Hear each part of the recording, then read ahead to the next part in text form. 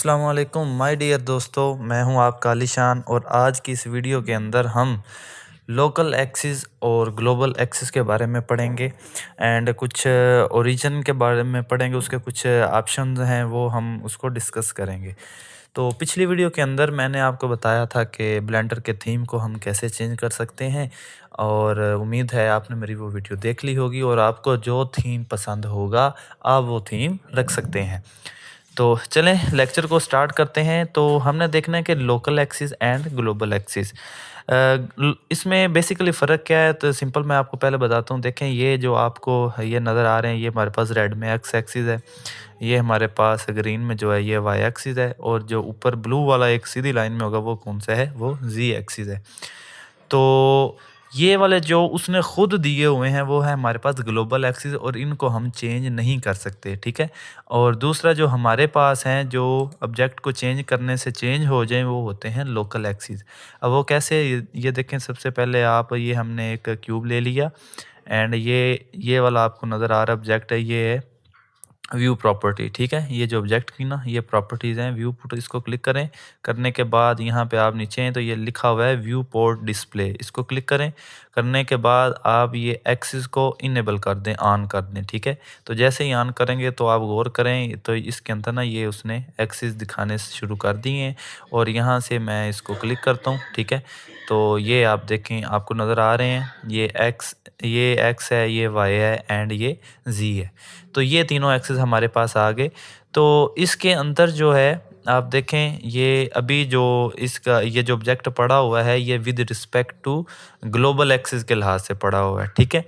तो आप देखिएगा, मैं जैसे ही इसको रोटेट करता हूँ, ठीक है, मैं इसको आर दबाता हूँ। देखें आर क्लिक किया, रोटेट इसकी शॉर्टकट की है। तो यहाँ से मैंने रोटेट किया तो देखें आप, ये जो ऑब्जेक्ट के खुद के एक्सिस हैं ये चेंज हो गए हैं, ठीक है। देखें मैंने रोटेट किया, ये इसके एक्सिस चेंज हो गए हैं, लेकिन जो ग्लोबल एक्सिस है वो कहाँ पर है। देखें ये मूव टूल पर ये क्लिक करता हूँ, ये आपको नज़र आ रहे हैं ग्लोबल एक्सिस के। ये जो ग्लोबल एक्सिस है ना उसका ये देखें एक्स वाई जी वो अपनी जगह पे ही कायम है, लेकिन जो हमारे जो एक्सिस हैं ऑब्जेक्ट के वो आप देख रहे हैं, वो जैसे ही हम ऑब्जेक्ट को मूव करेंगे, आर करेंगे, तो आप देखेंगे कि वो अपने एक्सिस के लिहाज से मूव हो रहा है, ठीक है। ग्लोबल एक्सिस के लिहाज से मूव नहीं हो रहा, ठीक है। तो लोकल एक्सिस में जाने के लिए हम क्या करेंगे, अब ये आप ये जो गिज़्मो देख रहे हैं ना ये ग्लोबल एक्सिस के लिहाज से है। अब हम चाहते हैं कि ये जो है ना ग्लोबल एक्सिस ये इसके लिहाज से हो जाए लोकल एक्सिस के लिहाज से। तो हम क्या करेंगे, देखें आप क्लिक करेंगे जैसे ही ये है यहाँ पे ये ग्लोबल, ठीक है। तो ये ग्लोबल पर आप क्लिक करें, यहाँ से जैसे ही आप लोकल में आएंगे तो आप देखें कि वो जो गिज़्मो है वो चेंज होके आपके ये जो ऑब्जेक्ट के एक्सिस है उसके मुताबिक हो गया, ठीक है। तो देखें मैं इसको ग्लोबल करता हूँ यहाँ से, ठीक है। और मैं ऑब्जेक्ट को अगर मूव करता हूँ तो आप देखिएगा, ये अगर मैं इसको वाई एक्सिस पर मूव करवाता हूँ तो आप देखें ये ऐसे ही मूव हो रहा है। किसके अलोंग हो रहा है, ये अलोंग मूव हो रहा है ग्लोबल एक्सिस के, ठीक है। तो अगर ये जो आपको ऑब्जेक्ट के एक्सिस नज़र आ रहे हैं, मैं अगर इसको दबाता हूँ, मैं चाहता हूँ इसको ये वाई से पकड़ के वाई के अलोंग मूव करवाऊँ, तो मैंने इसको पकड़ा तो देखें हम इसको पकड़ के मूव ही नहीं करवा सकते, ठीक है। यहाँ से हम इसको मूव नहीं, ये जो ऑब्जेक्ट ये दिखा रहा है यहाँ से हम इसको मूव नहीं कर सकते। तो हम चाहते हैं कि ये जो हमारा ऑब्जेक्ट के एक्सिस हैं इसके लिहाज से मैं मूव करवाऊँ। तो आप क्या करेंगे, यहाँ से लोकल में आएंगे, ठीक है। तो ये मैं लोकल को सिलेक्ट करता हूँ। तो अब आप देख रहे हैं कि ये जो एक्स वाई और ये जो जी है ये अब लोकल के लिहाज से आ गया। तो अब मैं ये वाई को पकड़ के इस ग्लोबल के लोकल के लिहाज से इसको मूव ऐसे कर सकता हूँ, यहाँ से जी के लिहाज से भी मैं इसको मूव कर सकता हूँ, ठीक है। मैंने आपको बताया है कि लोकल एक्सिस जो है वो चेंज होता रहता है, लेकिन ग्लोबल एक्सिस जो है वो चेंज नहीं हो सकता, ठीक है। तो इसका मतलब ये हुआ कि ग्लोबल एक्सिस जो है वो हमेशा फिक्स रहता है। तो मतलब कि जब भी हम किसी ऑब्जेक्ट को मूव करते हैं तो वो ग्लोबल एक्सिस के मुताबिक मूव होता है, जो कि बिल्कुल भी ठीक नहीं है। हमें अपने एक्सिस के लिहाज से भी मूव करवाना होता है, तो उसके लिए हमने लोकल एक्सिस को चूज़ करना होता है। लोकल एक्सिस की शॉर्टकट की भी मैंने आपको बताई हुई है, ये देखें ये ग्लोबल में है ना। तो मैं चाहता हूँ इसको कि ये ग्लोबल एक्सिस के लिहाज से, मैं चाहता हूँ इसको लोकल एक्सिस के लिहाज से मूव करवाऊँ, तो आप क्या करेंगे, जी का जैसे बटन दबाएंगे, जी दबाएंगे और एक्स दबाएंगे, तो देखें ये ग्लोबल के लिहाज से मूव हो रहा है। ठीक है, ये किसके लिहाज से हो रहा है, ग्लोबल, क्योंकि आपका तो ऑब्जेक्ट का एक्स देखें यहाँ पे है, लेकिन ये ग्लोबल के लिहाज से हो रहा है। और जैसे ही मैं जी प्रेस करके डबल एक्स दबाऊंगा, तो डबल एक्स दबाऊंगा, तो अब ये देखें ये ऑब्जेक्ट के लिहाज से मूव हो रहा है। इसका मतलब ये है कि जी तो हमारे पास मूव करवाने के लिए यूज़ होता है, ये शॉर्टकट की मैंने आपको बताई थी यूज़र इंटरफेस वाली वीडियो में। तो अगर जिस डायरेक्शन में मूव करना है, लोकल एक्सिस के लिहाज से मूव करना है, तो आपको वो की डबल बार दबानी पड़ेगी। मीन कि जी दबाकर डबल बार एक्स दबाएंगे तो एक्स के लॉन्ग, डबल बार वाई के तो वाई के लॉन्ग, डबल बार जी के तो जी के लॉन्ग। और अगर आप ग्लोबल एक्सिस के लॉन्ग मूव करवाएंगे तो जी दबाकर सिंगल प्रेस करेंगे आप एक्स वाई या जी को। तो उम्मीद है फिर आपको इसकी समझ लगी। यहाँ से मैं एक्सिस ऑफ कर देता हूँ एंड यहाँ से इसको क्लिक करके इसको बंद करता हूँ। ठीक है, ये मैं ऑब्जेक्ट को डेल करता हूँ, यहाँ से मैं एक और ऑब्जेक्ट ले लेता हूँ, क्यूब ले लिया। ठीक है, तो उम्मीद है आपको इस ग्लोबल एक्सिस की और इसकी समझ आ गई है। ठीक है, तो चलें थोड़ा सा 3D कर्सर के बारे में बताता हूँ। पहले मैंने आपको यूज़र इंटरफेस वाली जो पहला मेरा चैप्टर था उसके अंदर मैंने आपको बताया था कि 3D कर्सर क्या है। तो वहाँ पे मैंने आपको कितना बताया था कि ये जो 3D कर्सर है ये हमारे लिए बहुत ज़्यादा इम्पोर्टेंट है। ठीक है, तो अगर आपका कर्सर कहीं गुम हो गया है, आपको मिल नहीं रहा, तो आपको मैंने बताया था कि आप कीबोर्ड पर शिफ्ट बटन प्रेस करेंगे और साथ ही राइट क्लिक करेंगे। देखें मैं दबाता हूँ, ये मैंने शिफ्ट दबाया और साथ राइट क्लिक किया, तो आप देख रहे हैं कर्सर वहाँ पे चला गया जहाँ पर राइट मैंने क्लिक किया। यहाँ से शिफ्ट दबाया, यहाँ पे राइट क्लिक किया, तो देखें ये वहाँ पे कर्सर चला गया। तो इट्स मीन कि अगर आपका कर्सर कहीं गुम हो जाता है तो आप शिफ्ट के साथ राइट क्लिक दबाएंगे, तो जो है वो आपका कर्सर वहाँ पे ही आ जाएगा। ठीक हो गया। तो अगर आप चाहते हैं, अगर लेट्स सपोज आपका कर्सर यहाँ पे है, ठीक है, आप इसको उठाकर यहाँ पे लाते हैं ना, तो आपको पता नहीं चल रहा कि यार पता नहीं मेरा ये कर्सर ओरिजिन पर आया है या कि नहीं आया। ठीक है, तो उसके लिए आप फिर क्या करेंगे, आप कीबोर्ड पर शिफ्ट और एस बटन दबाएं। ठीक है, शिफ्ट प्लस एस। तो जैसे ही आप शिफ्ट प्लस एस क्लिक करेंगे तो यहाँ पे आपको ये 1 नंबर वाला पॉइंट नज़र आ रहा है, लिखा हुआ है कर्सर टू वर्ड ओरिजिन। तो मैं जैसे ही क्लिक करूँगा तो देखें कर्सर खुद ब खुद ओरिजिन पर आ गया। ठीक है, ये चीज़ बहुत इंपॉर्टेंट है।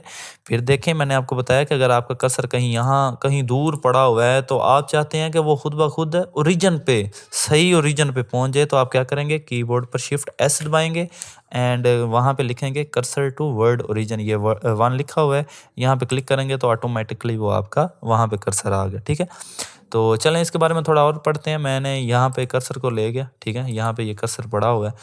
तो अभी मैं देखें ये ऑब्जेक्ट है ना, ये यहाँ से सिलेक्ट करता हूँ, ये ऑब्जेक्ट है, यहाँ पे मैं आर दबाता हूँ। ठीक है, देखिएगा ये ऑब्जेक्ट मूव हो रहा है, अपने ओरिजिन के लिहाज से मूव हो रहा है। ठीक है, अपने ओरिजिन के लिहाज से मूव हो रहा है। मैं चाहता हूँ कि इस कर्सर के लिहाज से मूव हो। ठीक है, फिर क्या करेंगे, तो यहाँ पे आप देखें ये जो ग्लोबल एक्सिस के साथ ही आपको नज़र आ रहा है। ठीक है, यहाँ पे क्लिक करें, यहाँ पे आपको नज़र आ रहा है 3D कर्सर, यहाँ पे आप क्लिक करें।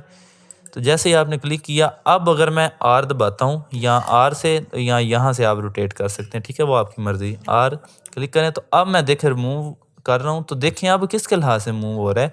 अब वो जो कर्सर पड़ा हुआ है सामने, उस कर्सर के लिहाज से ये देखें मूव हो रहा है। ठीक है, तो कई बार आप खुद ये देख रहे होंगे कि हमें कई बार इस तरह की भी मॉडलिंग करनी पड़ जाती है कि हमने मूव करवाना है तो वो किसी और ओरिजिन के हिसाब से हमने उसको मूव करना है। ठीक है, तो आप वहाँ से उसको आसानी से मूव कर सकते हैं। ठीक है, तो यहाँ से आप स्केल भी कर सकते हैं किसके, कर्सर के ओरिजिन के हिसाब से। ठीक है, तो आप ये देख रहे हैं। ठीक है, तो ये देखें, ठीक हो गया, तो आप इसके लिहाज से भी इसको मूव कर सकते हैं। ओके हो गया, तो उम्मीद है आपको इसकी 3D कर, ये बहुत ज़्यादा यूज़फुल है। ठीक है, इसकी भी आपको समझ लगी होगी। तो मैं ऑब्जेक्ट को डल करता हूँ एंड शिफ्ट एस दबा के cursor to world origin and यहाँ पे शिफ्ट ए दबा कर मैं आपको थोड़ा सा और बताता हूँ ओरिजिन के बारे में अब। ठीक है, ये मैंने एक क्यूब ले लिया, तो कुछ ये देखें, ये जो ग्लोबल वाले के साथ ये लिखा हुआ है, कुछ ये है ओरिजिन। ठीक है, ओरिजिन पॉइंट वगैरह ये अभी नहीं, ये मैं आपको बताऊंगा जब हम इसके बारे में इसके बारे में मॉडलिंग वगैरह के बारे में पढ़ेंगे तब मैं आपको बताऊंगा। अभी मैं आपको बताता हूँ ओरिजिन और कौन से ओरिजिन है। यहाँ पे आप राइट क्लिक करें। राइट क्लिक करने के बाद यहाँ पे आपको नज़र आ रहा है सेट ओरिजिन। तो सेट ओरिजिन के बाद ये जो 5 पॉइंट हैं, ठीक है। अब ये क्या चीज़ें हैं ये अब बात समझते हैं, ठीक है। तो लेट्स सपोज देखें ये मेरे पास ऑब्जेक्ट है। मैं आता हूँ एडिट मोड में आया, ठीक है। एडिट मोड के बाद यहाँ से मैं फेस वाले में सेलेक्ट करता हूँ। तो ये मैंने ये वाला फेस सेलेक्ट किया। तो मैं इसको एक्सट्रूड करता हूँ। आपको मैंने बताया हुआ एक्सट्रूड वाली जो वीडियो मेरी आप देख सकते हैं, ठीक है। I think chapter 2 edit mode का उसका कोई पार्ट नंबर 1 होगा या 2 होगा, ठीक है। ये देखें मैंने इसको बढ़ा दिया थोड़ा। यहाँ से मैं टैब बटन दोबारा क्लिक करता हूँ, ठीक है। अब आप ये देखें ये आपके पास ये नज़र आ रहा है, ठीक है। अब इसका ओरिजिन कौन सा है। अब जब क्यूब इतना था तो उसका ओरिजिन तो ये हो गया, लेकिन अब आप देखें अब इसका ओरिजिन कहीं यहाँ पे होना चाहिए। इसके मिड में ओरिजिन तो होता है, मिड के अंदर यहाँ पे होना चाहिए। देखें मैं यहाँ पे ना आर दबाता हूँ, रोटेट करता हूँ, तो देखें क्या ये जो रोटेट हो रहा है क्या ये अपने ओरिजिन के हिसाब से हो रहा है। बिल्कुल भी नहीं, क्योंकि इसका ओरिजिन ये नहीं है। इसका ओरिजिन यहाँ पे कहीं होना चाहिए, ठीक है। तो ये गौर कीजिएगा। मैं यहाँ पे राइट क्लिक किया, यहाँ से पे ये सेट ओरिजिन। तो यहाँ पे सबसे पहला ऑप्शन है जियोमेट्री टू ओरिजिन। इसका मतलब क्या है कि वो कहता है ये जो आपका ऑब्जेक्ट है ना, शक्ल है जो आप बना रहे हैं, कि वो शक्ल ही मैं उठा के ओरिजिन के हिसाब से ऐसी सेटल कर दूंगा कि वो ऑब्जेक्ट जो है ना वो ऑटोमेटिकली उसके ओरिजिन पर आ जाएगा। आप खुद देखिएगा जैसे ही मैं इस पर क्लिक करूँगा ज्योमेट्री टू ओरिजिन पर, तो ये ऑटोमेटिकली ये जो है ना ऑब्जेक्ट है ये थोड़ा सा खुद इधर होके इसके मिड पर आ जाएगा। देखिए मैं राइट क्लिक किया सेट ओरिजिन पर, ज्योमेट्री टू ओरिजिन, देखें वो ऑब्जेक्ट थोड़ा सा लेफ्ट साइड पे आ गए, अब इसके बिल्कुल भी ओरिजिन पर आ गया। अब मैं इसको आर पे मूव करता हूँ तो आप देख रहे हैं ये, ठीक है, ये मूव सारा अपने ओरिजिन के हिसाब से हो रहा है। अब मैं चाहता हूँ कि ये जो ऑब्जेक्ट था, ठीक है, ये ऑब्जेक्ट खुद मूव हो के थोड़ा लेफ़्ट साइड पर आया था। मैं चाहता हूँ कि ऑब्जेक्ट उधर का उधर ही रहे और जो ओरिजिन है ओरिजिन जाके ज्योमेट्री जहाँ पे पड़ी हुई है ज्योमेट्री वहाँ पर ही हो, ओरिजिन खुद ब खुद उसके ओरिजिन पर आए, ठीक है, जो पूरी शक्ल के हिसाब से है।